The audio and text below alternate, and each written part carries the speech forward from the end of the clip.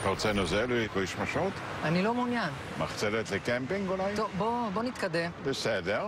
ערכת קריוקי? אני לא מעוניין, אוקיי? מצופים דורה? לא, אפשר לשלם? שמע, אם תמשיך להגיד לא לכל הצעה, תשלם מחיר כבד. טוב, תביא את המצופים. רובה סער יש? לא. כוון לצלפים? לא, מה פתאום? טיול בליסטי נגד ספינות? לא. מצוין. ננו-טכנולוגיה היא העתיד. תראה כמה יפה ארצנו. מקסים, אבל אני באמת לא יכול. העתיד שייך למי שמעז.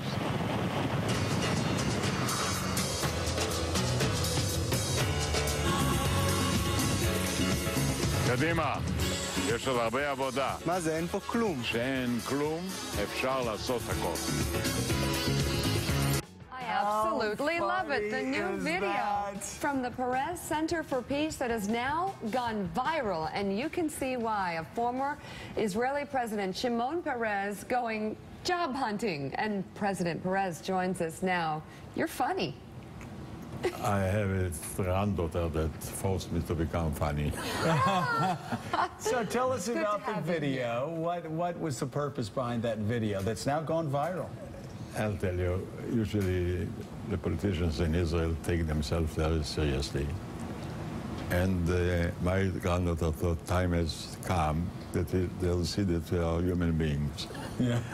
So she prepared it and I followed her. I love it. But it has a purpose. I mean, it's not just jokes. It's, for example, at the end of the story, there is no solution but peace.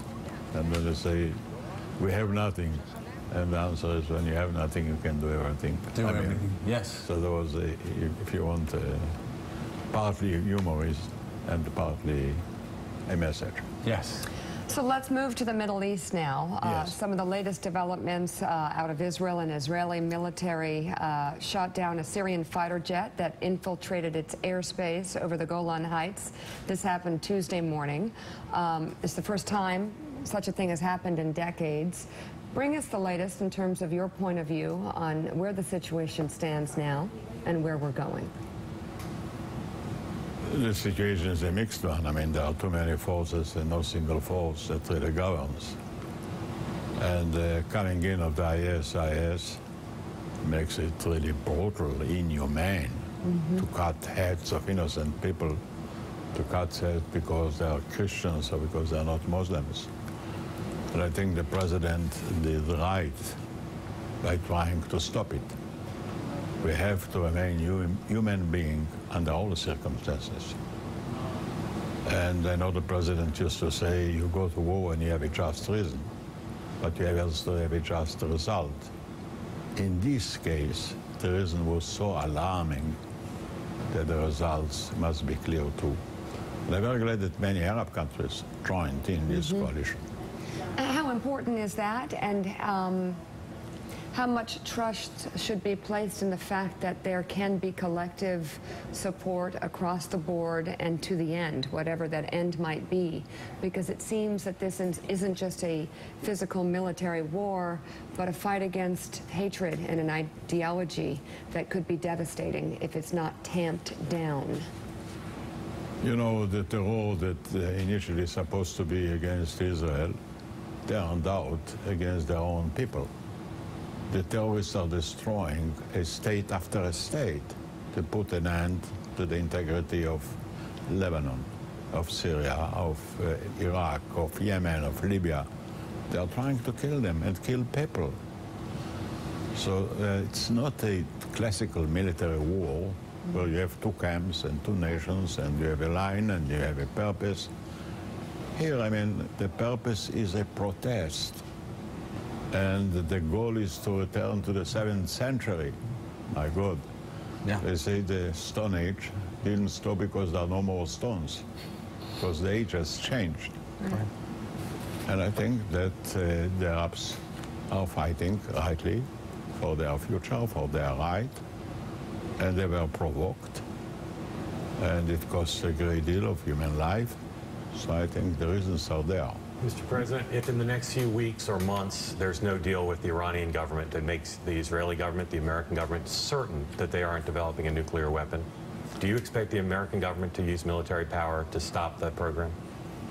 If I understand it correctly, if no agreement will be used, so the sanctions will be continued.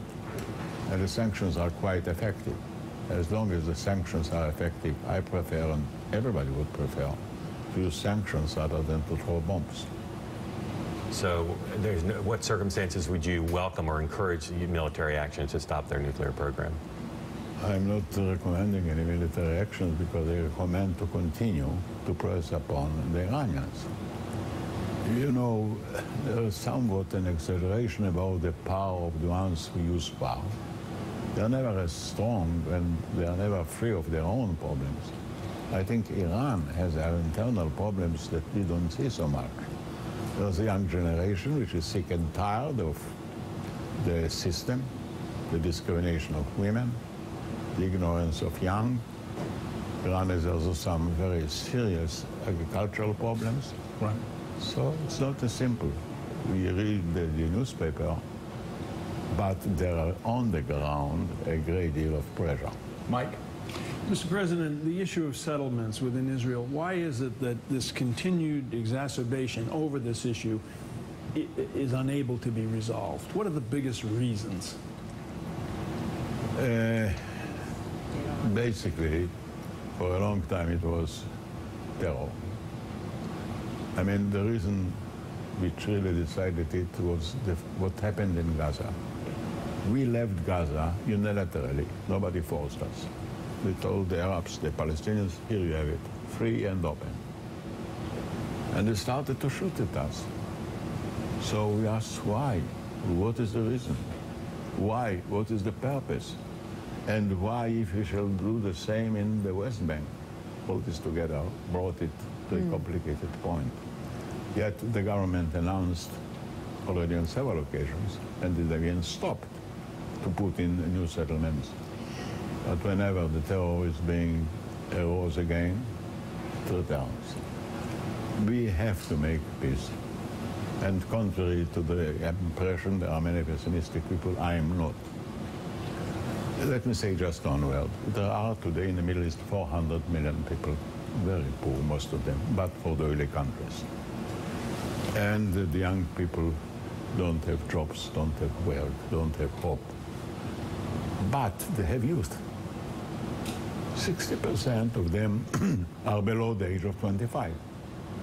And I think we have to leave the elder generation, the Shiites and the Sunnites, and enable the young generation enter the age of science and growth. 144 million of them own already smartphones, but they need an internet. They need all the instruments that will open the gates to the new age. Access to the world. There is no other solution but enter the new age. President Shimon Peres, thank you very much. It is an honor to have you on the show this morning. Thank you, Mr. That does President. it for us here on Morning Joe. The Daily Rundown with Luke Russert is straight ahead. I started this war killing Germans in Africa. Now I'm killing